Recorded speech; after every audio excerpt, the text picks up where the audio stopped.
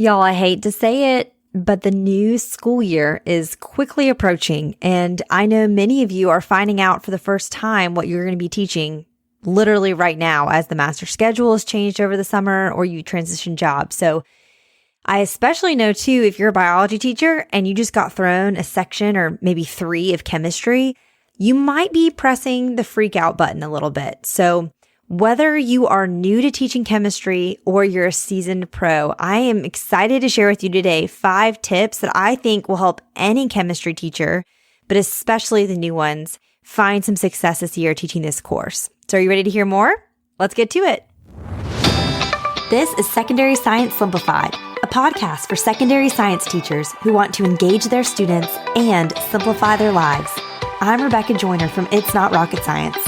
As a high school science teacher turned curriculum writer, I am passionate about helping other science teachers love their jobs, serve their students, and do it all in only 40 hours a week. Are you ready to rock the time you spend in your classroom and actually have a life outside of it? You are in the right place, teacher friend. Let's get to today's episode.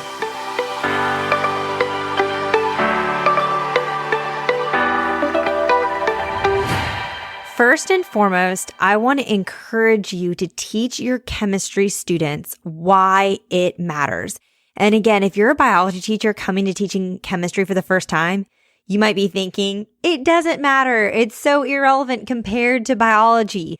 But I would argue that it could honestly be considered the most relevant in that you can't have biology, you really can't have physics or any of these other science subjects without having chemistry. Like, it's so important. But I also want to be realistic too and acknowledge that chemistry is a subject that really intimidates a lot of students. And I've seen more and more districts and states move to graduation requirements, including both biology and chemistry, as opposed to just, maybe 2 lab science courses and you can kind of pick and choose your poison. But now I'm seeing chemistry being required more and more. And that is scary for a lot of students. And so I think that fear and that intimidation really comes from 2 places. One is the quantitative nature of chemistry, I think can be really overwhelming. And then 2, because chemistry is about atoms and subatomic particles and it's all these things that they cannot see. So especially students who feel more comfortable, with physics, with biology, this can feel really intimidating. But that's where I think teaching them why this course honestly matters so much. It's so important because when I was writing my chemistry curriculum, one of my main goals, I just kept thinking chemistry needs to be approachable and relatable to students. Even if students go on to never take another science class again or do anything in the science field, if this is just a checkbox on their graduation requirements, I still want this to be a course that benefits them. And the reason I feel like I can stand by the fact that chemistry is such a great course for all students to take before they graduate high school is because I really think when it comes down to it, chemistry is really a subject all about problem solving. We can use the chemistry content to teach our students how to think critically and solve problems. Are we going to do a lot of math? Yeah, there's going to be some math. I'm not going to, lie to students there. But if we teach our students how to be critical thinkers and problem solvers, they can handle any of the math that comes up. I absolutely love this about chemistry. And so I think my number 1 very first tip for you teaching chemistry is to really teach your students why this matters. Even if they're going into any science field, chemistry is critical.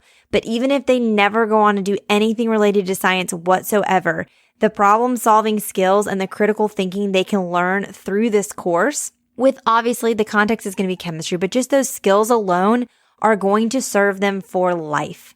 And so that's what I really want to encourage you to emphasize with your students. This course matters because I'm going to teach you how to really think during this course. The second tip I have for you is use themes to connect the main ideas of chemistry throughout your units. We're going to talk more about your sequence in just a second, and I'm going to give you some freedom here if you're freaking out about what's the best sequence in which to teach chemistry. But I think the key is not as much about focusing and fretting over the sequence as much as it is about carrying themes throughout each unit that you cover, regardless of the order. In chemistry, well, in all science really, but like micro really informs the macro, okay? We see this in every science, but obviously, especially chemistry, because it seems so micro. And I think we need to show students that what's happening at that atomic and subatomic level, those levels, it's dictating what we can actually see going on in a chemical reaction. Like I really want students to understand this, which is again why I'm going to keep bringing up themes over and over. And as we learn things, we're going to keep building on them. So a couple of themes that I think you can carry throughout all of your units. First is bonding is a spectrum. I think we get in bad habits as science teachers, and I think it's really natural, and I've done this myself, but like we want to simplify the science down to a level that they can really understand. But in doing that, we can often oversimplify and we then risk potentially teaching them something that's not true. You know, it's how I've seen time and time again for biology teachers, myself included, my first year teaching, explaining the energetics of biochemical reaction wrong.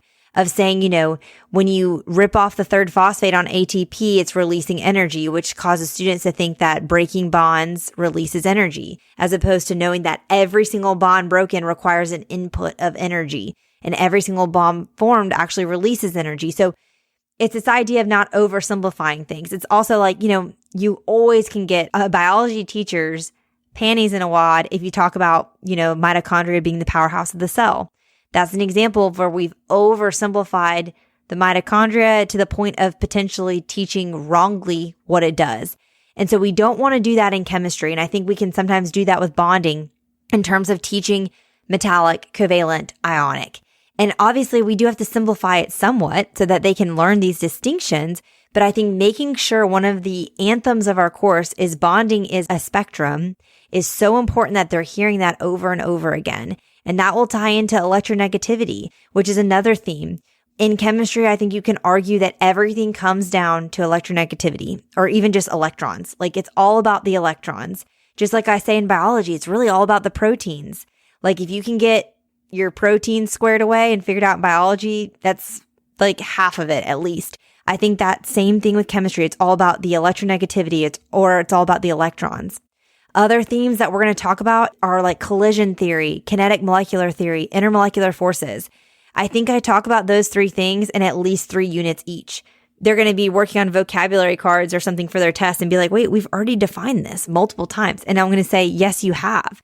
But there's just really not one unit where any of these one ideas is covered fully. They cover multiple concepts. And so I think not fretting about your order and just being okay with being really repetitive on some of these things, I think is going to really serve them well, especially students that are going to go on to take AP chemistry.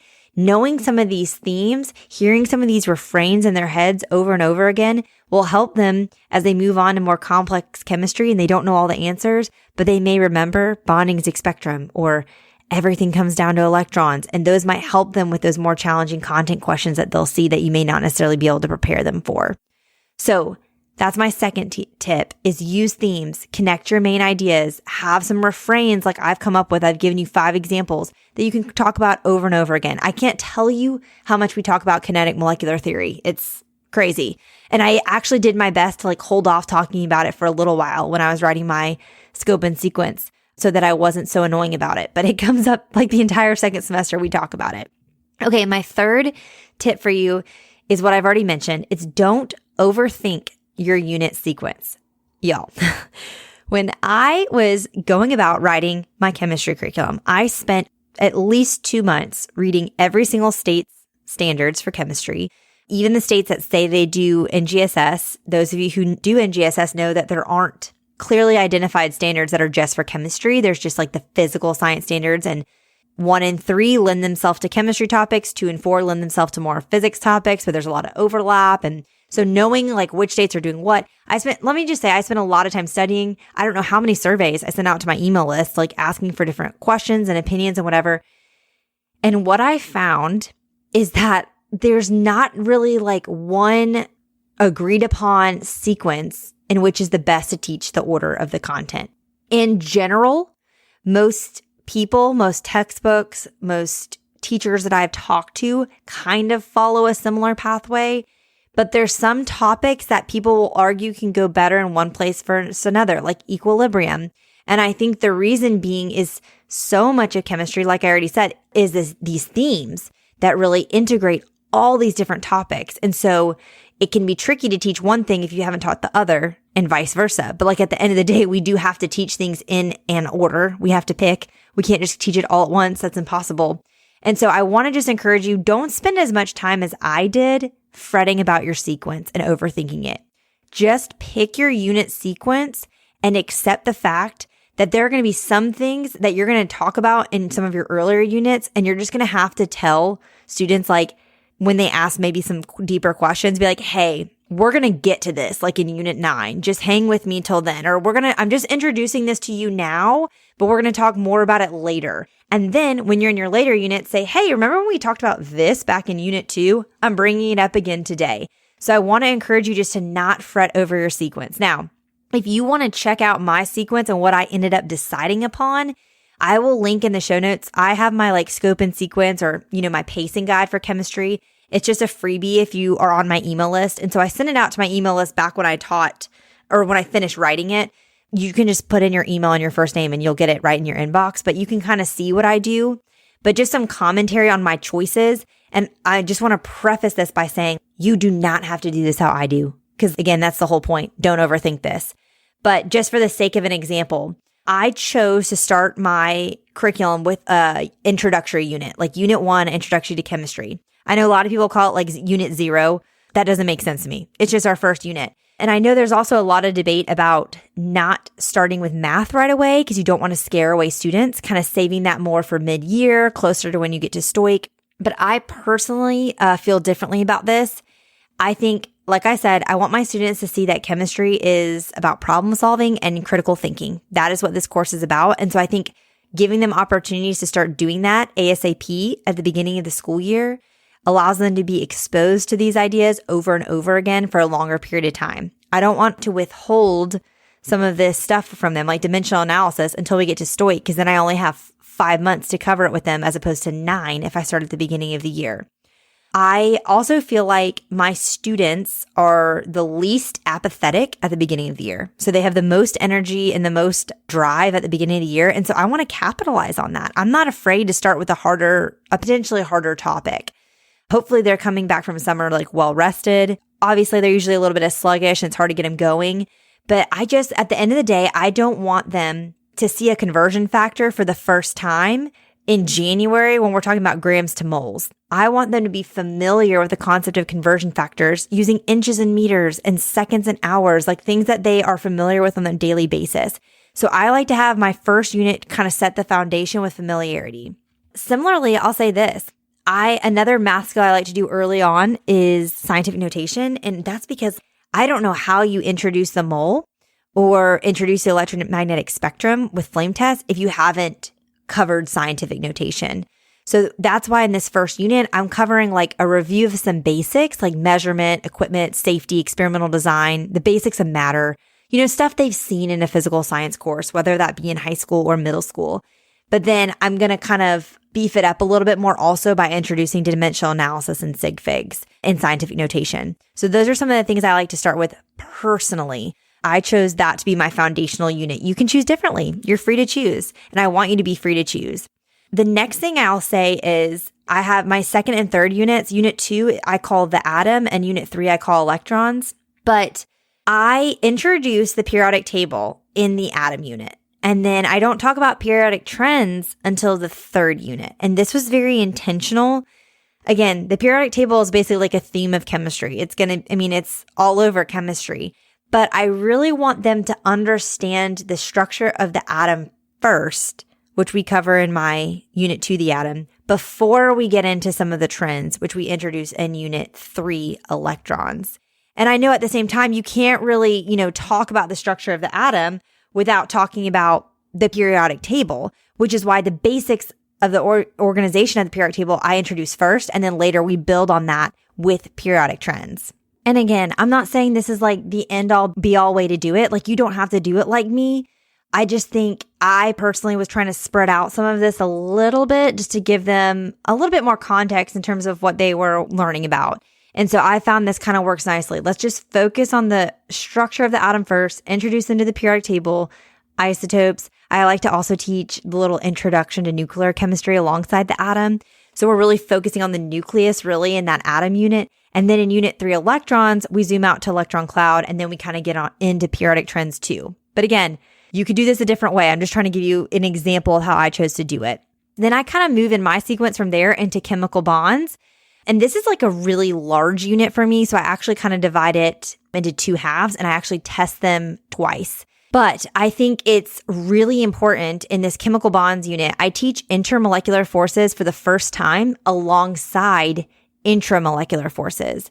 And I know that might seem surprising to some of you who know how passionately I feel about in biology, not teaching mitosis and meiosis alongside each other and I'm not trying to confuse them, but I do think it gives them some context. And again, we're going to bring up intermolecular forces so much. So the one thing I do in this unit though to help out with some confusion with the different types of bonds is again, the theme is bonding as a spectrum, but I kind of split it up. So the first half of the unit, we talk about just bonding in general. We talk about ionic bonds and metallic bonds, and then I test them on that. Then the second half of the unit, we talk about covalent, we get into molecular geometry, and I bring up intermolecular forces. So I think testing them separately on like ionic and covalent, which are the 2 main ones, really helps them in terms of their success when it comes to naming and writing chemical formulas and all of that. But then I still want it all under the same umbrella of bonds, whether they be intra or intermolecular. And I find that works well, in my opinion. But again, my opinion's not perfect.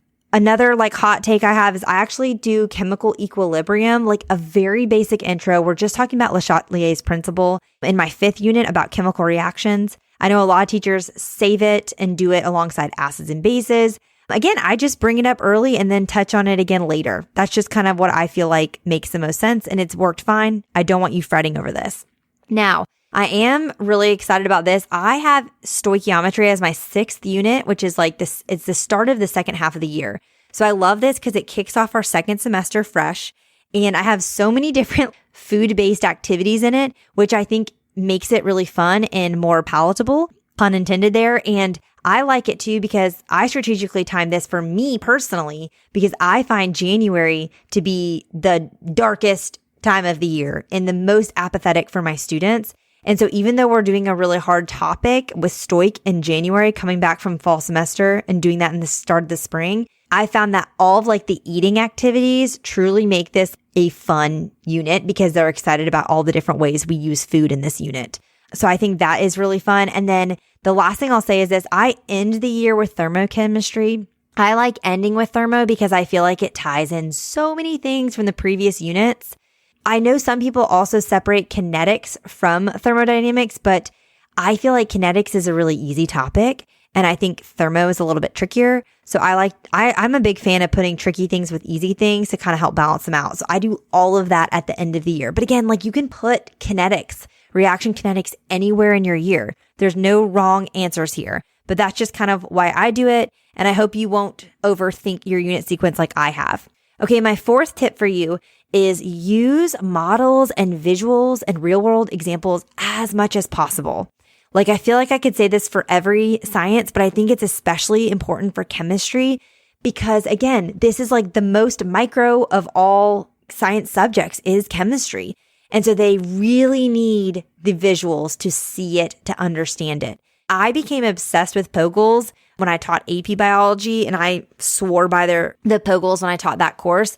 And then I started writing my own guided inquiry learning activities based on that. And I have several in my chemistry curriculum, and I'm just kind of obsessed with them because the concept is inquiry learning that's guided. So you're introducing them to topics they have not learned about, and you're using models to do it. So you give them some sort of diagram or statistics or graph or whatever, data, and then you ask them questions that, again, guide them to the understanding you want them to have. And then you can reinforce by, some direct instruction, that kind of thing. But I'm obsessed with Pogles. I feel like especially for chemistry, it can be hard to do inquiry things with them, like an inquiry lab, because they're just like mixing chemicals and don't know what any of it means, and they can't really draw the connections. But this is a way to bring in a lot of models, a lot of data analysis, I think it's a great critical thinking and problem solving, looking at the diagrams, things like that. And then it also lets them, stretch their autonomous muscles a little bit. I think it's so easy for chemistry to become a course where it's like you walk in, you do direct instruction, you do a bunch of practice problems together, repeat for several days, do a lab once a week or once every other week, have a test. That is such a formula we can fall into by default so easily. And I'm really passionate about using a variety of instructional resources, every unit looking and feeling different. Obviously, some similar principles throughout, like the style of notes and the style of the handouts that I use so that there is, some seamlessness to it, but also, changing it up so people don't get bored. And so I really love those guided inquiry learning activities. I don't have any available a la carte right now. They're all like within my units, but I will link in the show notes all of the chemistry resources that I've made. And if I have time to add some of these guided inquiry learning activities available on their own, you'll be able to see them in this category. But the other thing I'll say too is like, I love simulations in chemistry and not just like online ones. I mean, those can be good. I'm not hating, but I just think a simulation is really anything that's like representing something else. So like, for example, I have a lab where they're using a deck of cards and doing a bunch of different things to represent the different things that can affect reaction rate. I use those Duplo building blocks that are from my kids' playroom to teach ionic bonds. I use Candy to visualize balancing a reaction. I just think you need to bring in as many visuals as possible. And it doesn't have to be like model building kits that you get from Flynn, which those are not bad. And you can definitely bring those in, but bring in some outside visuals. Like it will help so much. Get creative here. Chemistry is such a fun class to get creative with. But at the same time, also don't be afraid of like the classics too. They are classics for a reason. Don't be like, oh, I can't do this because everyone does it. You can totally do it because everyone does it. If everyone's doing it, it's probably because it's a great visual. S'mores stoichiometry, homemade ice cream for colligative properties, an airbag lab for gas stoich. You can find a gajillion derivations of these on the internet. I have my own versions of them, my way, my It's Not Rocket Science way, and my units. But again, they're classics for a reason. But also don't feel like you have to do it if it doesn't feel right to you. I think we can really live on either end of the spectrum here. Like I'll have to do them all, or I don't want to do any. And it's like you can pick and choose what works, And then the last thing I'll say about using models and visuals in real world examples is any sort of context and visualization in terms of these examples is so huge. One of the reasons why I'm just so obsessed with science teaching in general, as opposed to math, is I love math, but science is so awesome because it gives math meaning and it gives math context. And so we need to do that for our students. Like you have this opportunity for them to see why the numbers matter so much and to bring in real world examples. I did these stoich review stations at the end of my stoichiometry unit, and each one is like a mega word problem for students to work through, but they're all based on real life stoichiometry situations. And it creates such fun context for students to actually see like this math has meaning out in the real world. And so really lean on that. This chemistry stuff matters so much. Okay, so those have been my tips. Teach them why it matters. Utilize themes that are connecting main ideas throughout units. Don't overthink your sequence like I did. Just pick something and go with it, y'all. It doesn't matter that much. And then use models and visuals as much as you can. And then my last thing I'll say is this, and this is my fifth tip, and this is really for the teacher who is hitting the freak out button right now and feels so overwhelmed. And so if that's not you, you can go ahead and shut off this episode. But if it is you, there is no shame in your teaching game if you utilize someone else's resources. It doesn't have to be It's Not Rocket Science. It can be someone else's, and that's fine. I've said this so many times on this podcast, but there is such a difference between a teacher and a curriculum writer. Okay, I happen to have experience doing both, and I can speak to the fact that they are not the same. You can be a teacher that curates different instructional resources that were written by other curriculum writers, and then you actually use them and teach them. Like teaching is so much more than writing curriculum. It's just so different. And so I just want to encourage you in that is I think sometimes teachers feel discouraged, like I'm not doing a good enough job unless I'm making every single thing up from scratch myself. And that's just not the case. Other people are going to lean into that gifting set and do it. And there's no reason why you need to feel ashamed about utilizing someone else's resources. So I obviously can't speak to anyone else's resources, and I'm not going to recommend anything I, don't know fully to you, but I can recommend It's Not Rocket Science because your girl wrote it. And so if you want to know what I think makes It's Not Rocket Science unique, is that I focus on the 3 C's of all my resources. They're all creative, comprehensive, and clear. I try to make stuff that you can't find anywhere else. It's comprehensive. It's so detailed. Your non-science long-term sub could step in and do it. And then it's super clear. I want it to be clear for students and clear for you. I love this curriculum. Honestly, it's my favorite one I've ever written. I think there's just such a unique variety of instructional resources. I've got a lot of chem classics, like I mentioned. I don't skip out on the chem classes, but classics, I take my own version of them, my own spin on them. And I include a lot of support for those, so that you can really excel in them. I have videos of how things should look, lab setup pics, just a lot of that support that you can't find when you get a classic lab like that on Google. But on top of that, I just have all these things I've made entirely from scratch, all my own ideas that I'm just obsessed with. And I always write my curriculum for someone teaching it for the first time. So it has an intense level of detail to it. I'm proud of the chemistry curriculum because I took so much time to meticulously type out full answer keys for everything. So especially those of you who are intimidated by the math of chemistry, like I have the most detailed answer keys ever and so many teacher notes, like hundreds of pages of teacher notes. Likewise, anytime I write a curriculum, no matter the subject, I think about the teacher who, like me, taught a lab-based science in a non-lab space. And so none of the labs in my chemistry curriculum require Bunsen burners or gas. All the lab materials can be ordered from online retailers. I prioritize using low budget items for the teacher that doesn't have a science budget. Like your students can learn chemistry in an experiential way without breaking the bank. You can do everything you need to with a hot plate if needed. Yes, do I include sometimes versions of doing things with a Bunsen burner? For sure, but you don't have to have it to do this. And then the last thing I'll say is this. One of the things that I think really makes my resources unique is the alignment of them. When writing this chemistry curriculum specifically, I spent 18 months studying, creating, revising, reworking resources just so I could ensure that 1, I was covering as many national and state standards as possible, but 2, that all of the instructional resources align with every single assessment question possible so that your students can see that what they're doing and learning in class aligns with how they're being assessed and that everything we do has meaning. There's not one busy work item in the entire thing. I put my heart and soul into these and they're kind of like I have 3, children that live with me, but I feel like each of my curricula are my other 4 children. And I love them. So I hope you love them too. And if you have questions at all about teaching chemistry or about using my It's Not Rocket Science chemistry curriculum, shoot me a DM on Instagram, email me, Rebecca@itsnotrocketscienceclassroom.com. I also love accepting purchase orders because I love when admin actually buy you curriculum that you actually want. And so I can talk to you about that too. So I hope these 5 tips encourage you. I hope you feel no shame in potentially utilizing someone else's resources if that's where you feel led this year. And I hope if you have all the resources in the world that you've created over the last decade, that the other 4 tips still help you and encourage you as you go into a new school year teaching chemistry. And if that's you, if you're teaching chemistry next school year and you have not taken the time to leave a review, would you do that? I would love to hear from you. And if you want any links mentioned in this episode, you can always grab them at the show notes, which are at itsnotrocketscienceclassroom.com/episode 140. All right, teacher friends, that wraps up today's episode. If you're looking for an easy way to start simplifying your life as a secondary science teacher, head to itsnotrocketscienceclassroom.com/challenge to grab your classroom reset challenge. And guess what? It's totally free. Thanks so much for tuning in, and I'll see you here next week. Until then, I'll be rooting for you, teacher friend.